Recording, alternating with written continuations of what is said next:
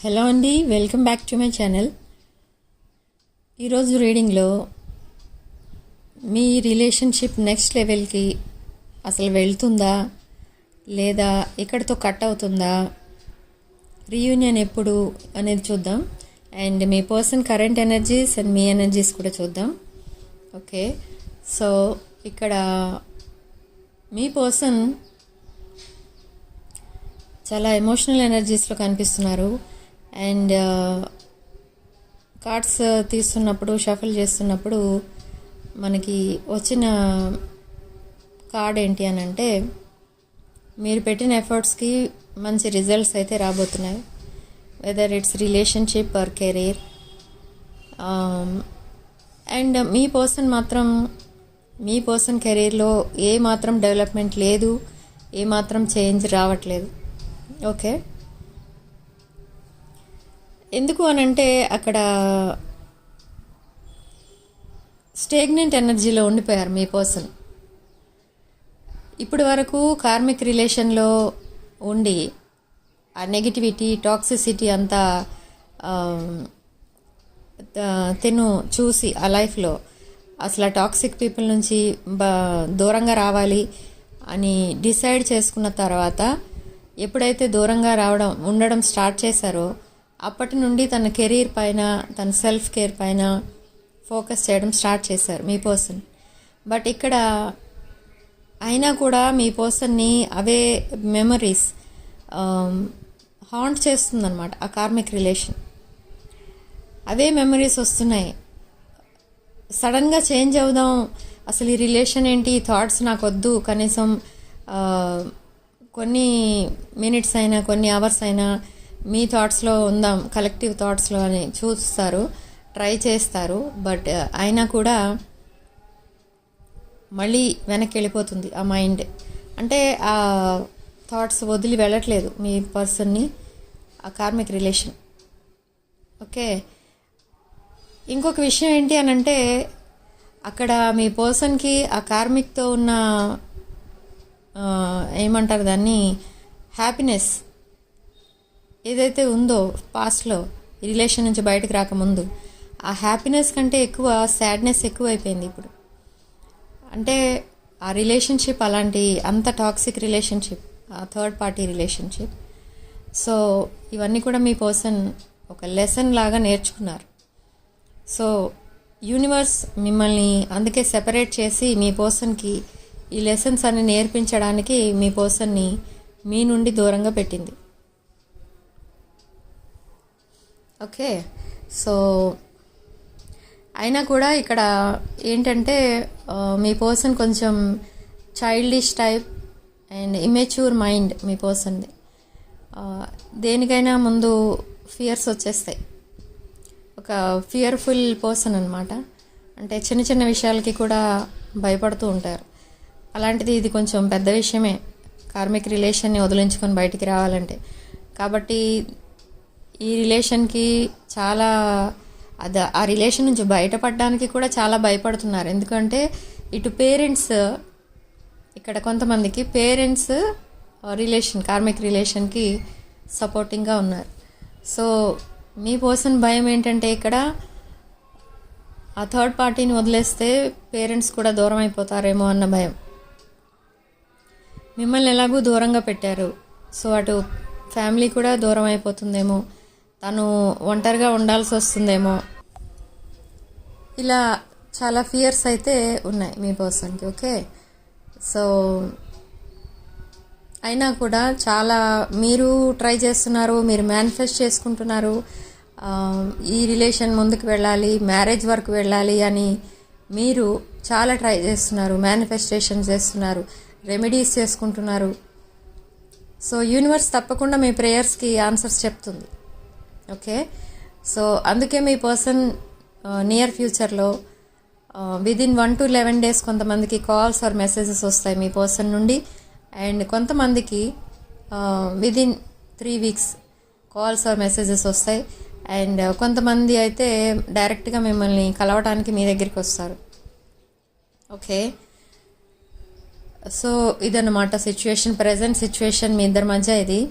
And ఇది ఒక general collective and timeless reading. So reading మీరు ఎవరికోసమైనా చూడొచ్చు, మీ girl friend, boy friend, ex crush and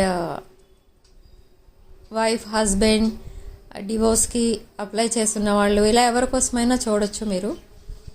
ఈ వీడియో మీ దగ్గరికి చేరే టైంకి మీరున్న సిచ్యువేషన్కి ఎనర్జీస్ రెజొనేట్ అవుతాయి. రెజొనేట్ అయిన పాయింట్స్ తీసుకోండి, మీకు రెజొనేట్ కాని పాయింట్స్ వదిలేయండి. ఓకే, సో ఇక్కడ నెక్స్ట్ ఏంటి అని అంటే, మీది ఒక ఎంప్రెస్ ఎనర్జీ, మీది కలెక్టివ్. సో ఈ కలెక్టివ్ ఎనర్జీ ఎలాంటిది అని అంటే, ఒక nurturing, caring and supporting energy. ఇప్పుడు చూడండి, మీ పర్సన్ ఎంత తప్పు చేసినా కూడా, మిమ్మల్ని ఇలా లోన్లీగా వదిలేసి వెళ్ళిపోయినా, మిమ్మల్ని గోస్ట్ చేసినా, మిమ్మల్ని అందరి దగ్గర మిమ్మల్ని క్రిటిసైజ్ చేసిన, ఇన్సల్ట్ చేసిన, మిమ్మల్ని అన్నీ కూడా అదొక చైల్డిష్ మెంటాలిటీ, అదొక ఇమెచ్యూర్ మైండ్ అని మీ పర్సన్ని వదిలేశారు. ఇమెచ్యూర్ బిహేవియర్ తనది అని మీరు అడ్జస్ట్ అయిపోతున్నారు. సో ఇదంతా ఏంటి, ఇలాంటిది ఒక మదర్లీ లవ్ అనమాట. ఇది ఒక నర్చరింగ్ ఎనర్జీ. సో అందరూ అలా ఉండరు. మిమ్మల్ని అంతలా చేసినందుకు, అంత బాధ పెట్టినందుకు ఇంకొకరైతే ఆ రోజుతోనే ఆ రిలేషన్షిప్ కట్ చేసుకుని ఇంకో రిలేషన్ చూసుకుంటారు. బట్ మీరు అలా లేరు. మీరు ఆ రిలేషనే కావాలనుకుంటున్నారు, అదే పర్సన్ కావాలి అని అనుకుంటున్నారు ఇక్కడ. బట్ కొంతమంది న్యూ రిలేషన్లోకి వెళ్ళడానికి ట్రై చేస్తున్నారు. ఎందుకంటే ఇప్పటి వరకు కనీసం ఒక message or call or anything, ఏ కమ్యూనికేషన్ లేదు. కాబట్టి ఇలాంటి పర్సన్ ఫ్యూచర్లో మీకేం సపోర్టింగ్గా ఉంటారు అని మీది డౌట్ అనమాట.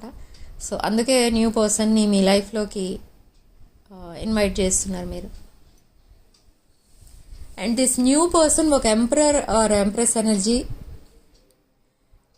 సో ఈ పర్సన్ మీకు చాలా సపోర్టింగ్గా ఉంటారు. ఈ పర్సన్ ఒక పబ్లిక్ ఐలో ఉన్న person, high profile person. So మీకు చాలా సపోర్టింగ్గా, చాలా అండర్స్టాండింగ్ పర్సన్ ఇతను. ఇతను అంటున్నా, సారీ, ఇతను ఆర్ ఆమె, మీరు మార్చుకోండి అక్కడ. ఓకే, సో ఒక వెల్ సెటిల్డ్ పర్సన్ అనమాట ఈ పర్సన్. సో ఈ పర్సన్ మీ దగ్గరికి వచ్చి మిమ్మల్ని ప్రపోజ్ చేసినప్పుడు, మీకు కమిట్మెంట్ ఇవ్వడానికి రెడీ అయినప్పుడు మీరు ఎలా ఫీల్ అవుతారంటే, అసలు అది నిజం అనుకోరు. ఇది ఏదో ఫ్రాడ్ ఏమో, ఫేక్ పీపుల్ చాలామంది ఉంటున్నారు ఈ రోజుల్లో, లేదా ఫిజికల్ రిలేషన్ కోసం నా దగ్గరికి వచ్చి ఉంటారు, ఇది జస్ట్ ఫిజికల్ అట్రాక్షన్ అయి ఉండొచ్చు, అలా ఆలోచిస్తారు మీరు. బట్ అయినా కూడా ఈ న్యూ పర్సన్ వెయిట్ చేస్తారు మీ రెస్పాన్స్ కోసం. అంటే పదే పదే మిమ్మల్ని ఇబ్బంది పెట్టేటట్టు మెసేజెస్ పెట్టడం, వల్గర్ మెసేజెస్ పెట్టడం, అలాంటి బిహేవియర్ ఉండదు మీ న్యూ పర్సన్ దగ్గర. అండ్ ఈ న్యూ పర్సన్ మీకు ఎక్కడ కలుస్తారు అని అంటే, మెయిన్లీ సోషల్ మీడియా. సో అందుకే మీకు అంతగా నమ్మకం ఉండదు ఈ సెకండ్ పర్సన్ పైన. సో అయినా కూడా ఈ పర్సన్ ఒక మంచి పర్సనే. ఆ పర్సన్కి ఫైనాన్షియల్ ప్రాబ్లమ్స్ కానీ, పర్సనల్ ప్రాబ్లమ్స్ కానీ లేవు. బట్ ఒక కార్మిక్ రిలేషన్ నుంచి బయటకు వచ్చారు ప్రజెంట్ ఆ పర్సన్ కూడా. ఆ రిలేషన్ ఎలాంటిది అని అంటే, న్యూ పర్సన్కి ఉన్న కార్మిక్ రిలేషన్, వాళ్ళిద్దరూ కలిసి ఉండరు, బట్ రిలేషన్ అయితే ఉంది. అంటే అది లీగల్గా కొన్ని ఫార్మాలిటీస్ ఉంటాయి కదా, అవన్నీ ఇంకా కట్ అవ్వలేదు. సో అందుకే ఇంకా ఆ రిలేషన్ ఉన్నట్టే. బట్ వాళ్ళిద్దరూ మాత్రం కలవరు, ఒక చోట ఉండరు, no communication, no contacts, etcetera etcetera అనమాట. సో దట్ న్యూ పర్సన్ మిమ్మల్ని మీ ఫ్లాష్ బ్యాక్ అడగడం కానీ, మీ డ్రాబ్యాక్ ఏంటి, అసలు మీరు ఇప్పటి వరకు ఏం చేశారు అని కానీ, ఇప్పటి వరకు మీ పార్ట్నర్ ఎవరు కానీ, అలాంటి క్వశ్చన్స్ ఎప్పుడు వేయరు మిమ్మల్ని. ఎందుకు అని అంటే, ఆల్రెడీ అలాంటివన్నీ మీ న్యూ పర్సన్ చూసి ఇప్పుడు మీ దగ్గరికి వచ్చారు. సో మిమ్మల్ని ఇబ్బంది పెట్టేటట్టు మాట్లాడడం చేయరు మీ పర్సన్. అండ్ మీకు చాలా సపోర్టింగ్గా ఉంటారు. ఏ హెల్ప్ అడిగినా చేస్తారు. అలా అని మిమ్మల్ని ఏదో తను అట్రాక్ట్ చేసుకోవడానికి మాట్లాడడం అలాంటి ట్రయల్స్ కూడా వేయరు కనీసం. స్ట్రైట్ ఫార్వర్డ్ మనిషి అనమాట మీ న్యూ పర్సన్. ఓకే, సో ఈ న్యూ పర్సన్ విల్ బీ మీ ఫ్యూచర్ స్పౌస్ అనమాట, అంటే మీ future life partner. Okay, so anyhow ఇద్దరు కలుస్తారు.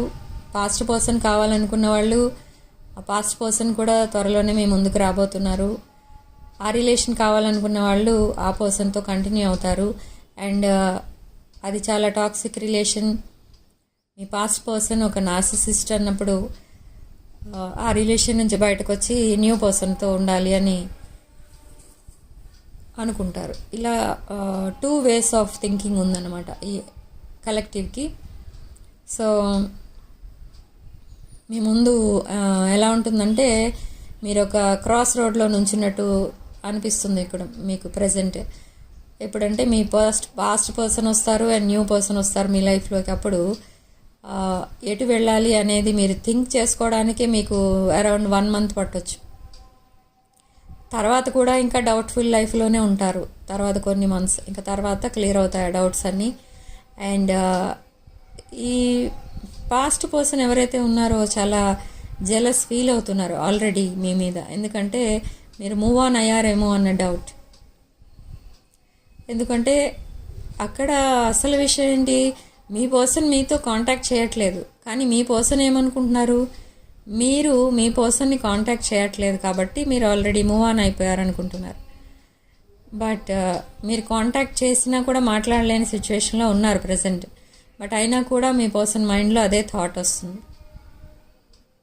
మీరు మూవ్ ఆన్ అయ్యారేమో, ఇప్పుడు మళ్ళీ రీయూనియన్ అవ్వడం అంత ఈజీనా అని ఆలోచిస్తున్నారు. ఓకే,